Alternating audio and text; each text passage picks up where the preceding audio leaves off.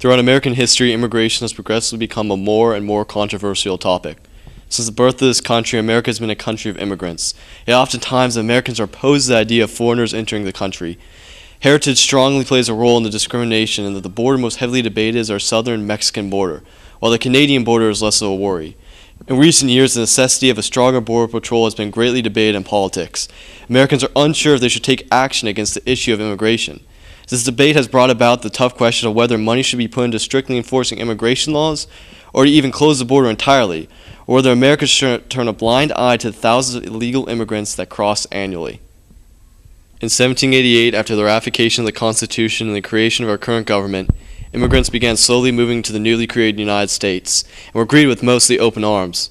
But at the beginning of the Industrial Revolution, when foreigners started flowing into the U.S. in massive numbers, looking for a better life, American citizens began to react to the massive immigration numbers with discrimination and hate, i.e. Nina. However, over time, as segregation and discrimination began to die down, Americans were left to wonder whether they should accept that people with different heritages will live within their midst, or if they need to deny them access into their nation to preserve their country's economic wealth. Nowadays, with people with strong Mexican heritage pouring into the United States, some are opposed to border control, while others believe that the border operations just aren't enough. Well, there are obvious pros to enforcing strict border policies. First, illegal aliens have proven to cost the country and taxpayers a large sum of money. For example, while illegal aliens represent 3.1% of the adult population, they represent 4.54% of the prison population. This statistic illuminates the fact that illegal aliens are 1.5 more times likely to end up in jail, where it costs a lot to house them and feed them. Although this may be due to their low socioeconomic standing, these immigrants are foisting the American taxpayer money that could be avoided if we had stricter border policies. Also, the economic burden aliens put onto the American public is evident in Arizona, where half of their $4 billion deficit is due to their support of legal aliens' education, healthcare, and incarceration. While obviously immoral to refuse these services to the aliens once they are in the country, the public could avoid this burden if the border was more closely guarded. This would prevent aliens from entering and allow the American taxpayer to go to lawful citizens who fully deserve this compensation.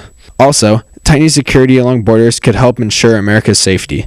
It has been reported that many terrorists who were plotting a major attack on the U.S. tried to cross the border from Mexico into Texas. This is when the border issue becomes an issue of the public safety. It would be advisable to patrol the borders more strictly to stop criminals and make it as hard as possible for the United States to be a target of terrorism. Illegal aliens also take American jobs. Illegal aliens account for roughly 14.4 million jobs, while there are currently 17.2 Americans left without jobs. If there was a removal of illegals, the majority of those out of work would be satisfied and would be able to support their families. Illegals are hurting the common man in the United States by taking jobs in an already tough economic time. The construction of a fence in San Diego also stopped drug smuggling and the smuggling of people in the United States, and also crime rates were cut in half.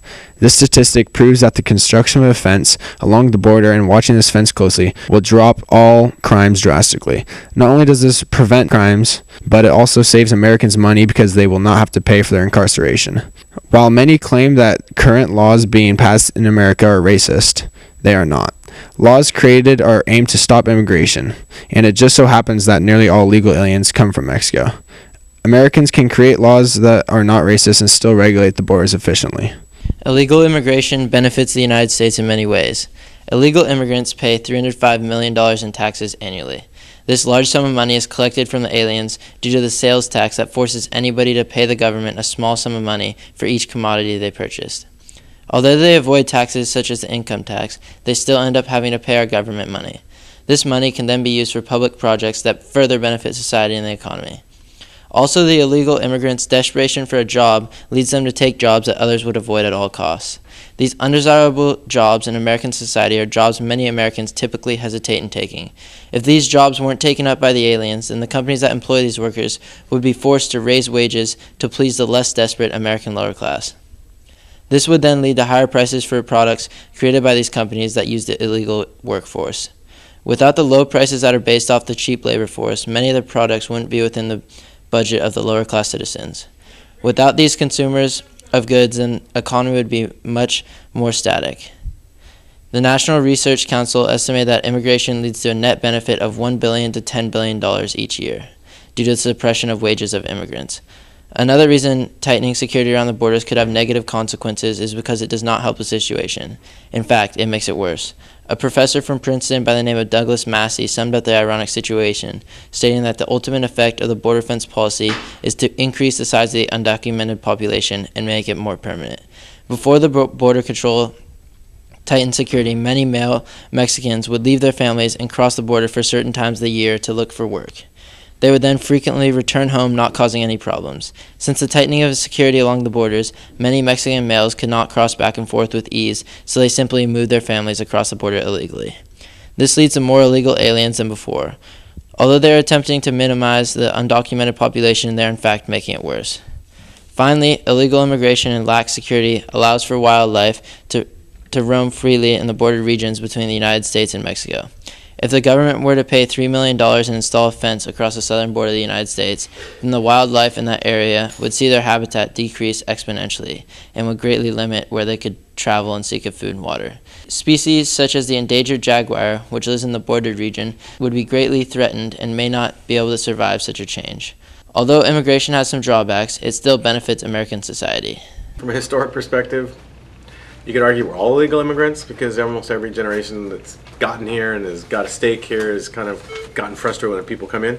Historically, it tends to fluctuate with the economy. So for me, illegal immigration is not so much the constant, never-changing legal question of are people coming into the country illegal or not. It's more of an expression of what's going on with the rest of society and the economy at the time. Obviously, when an illegal immigrant comes into the country and takes a job, they're taking a job that could have been given to an American citizen. So I think one of the problems with illegal immigration is the idea of trying to blame it on the immigrants themselves and not on the people who actually are drawing and enticing them into the country in the first place. I think it's really difficult to create this, airtight security border around the country. I think you'd be far better served taking just a fraction of that money that they're using for the wall and hiring agents to go literally check on different corporations, different local people, different contractors that are hiring illegal immigrants and just catching those guys. And if you want it to be illegal to use illegal immigrants for work, then make it illegal. And after a while, I just think you get to stop it. But it's just, we're chasing the wrong end of the issue. They work fairly cheap. They often will give in Social Security and other kind of taxes out of their paycheck, but they'll never actually get any of the Social Security money out of it.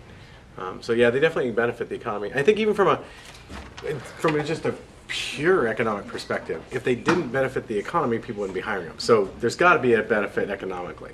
While illegal aliens have proven to cost the American taxpayer money and resources, they provide the country with cheap labor, take up low-income jobs that most Americans are uninterested in. Due to the argument on whether the country should take a harder stance against immigration or to open the borders, the immigration issue has transformed into a nationwide topic.